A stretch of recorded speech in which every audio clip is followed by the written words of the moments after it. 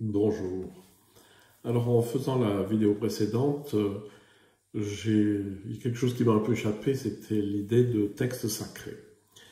Alors il y a beaucoup de textes que beaucoup de personnes considèrent comme sacrés, que ce soit la Bible, le Coran, mais aussi les écrits en Inde, etc.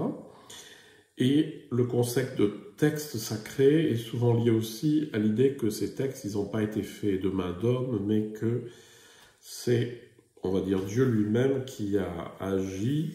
Certains vont jusqu'à aussi à dire que Dieu a écrit le texte de son propre doigt. Sur le fond, ça ne me gêne pas du tout. Je remarque juste que le texte n'est sacré que pour ceux qui adhèrent à la tradition qui considère ce texte comme sacré.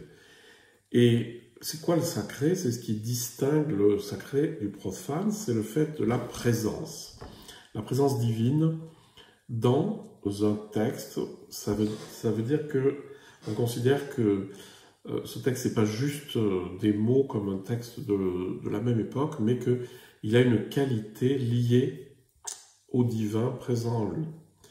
Alors, ce qui est un peu problématique, c'est que selon les traditions, les textes sont sacrés ou pas.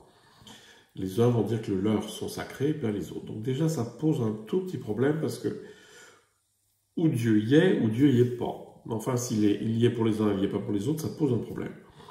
Mais je reviens sur la notion de sacré et de profane, qui est très bien décrite dans Mircea Eliade, le sacré et le profane, justement.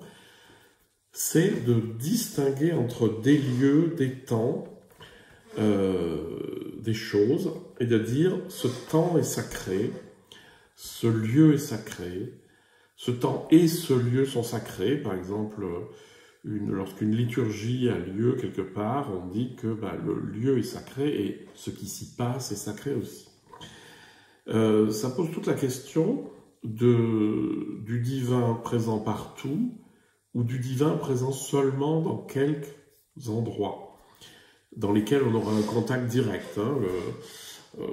Par exemple, Henri Yousseau le décrit très bien dans ses souvenirs d'Arunachala, où la montagne est considérée comme un lien entre le ciel et la terre. Et donc un lieu sacré par excellence. Il y a un problème, c'est que si Dieu est là et pas là-bas, c'est que Dieu n'est pas partout. S'il n'est pas partout, c'est pas Dieu. Donc ça pose un gros problème. Évidemment, c'est pas Dieu qui est là, dans le lieu sacré et pas dans l'autre lieu. C'est nous qui décidons qu'un lieu est sacré pour nous permettre de rentrer en communion avec le Dieu ou avec Dieu qui est là. Donc, juste, je voulais vous faire prendre conscience que la notion de sacré ne dépend pas du divin lui-même, mais dépend surtout de moi, de nous.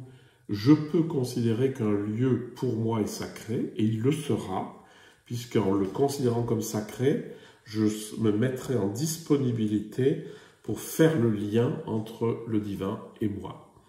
Voilà, c'est ce que je voulais vous faire sentir pour sacré et profane. Et donc pour le texte sacré, eh bien, c'est en pensant ou en sentant que le texte est sacré, ça veut dire que moi, dans ce texte, je vais trouver un contact avec le divin.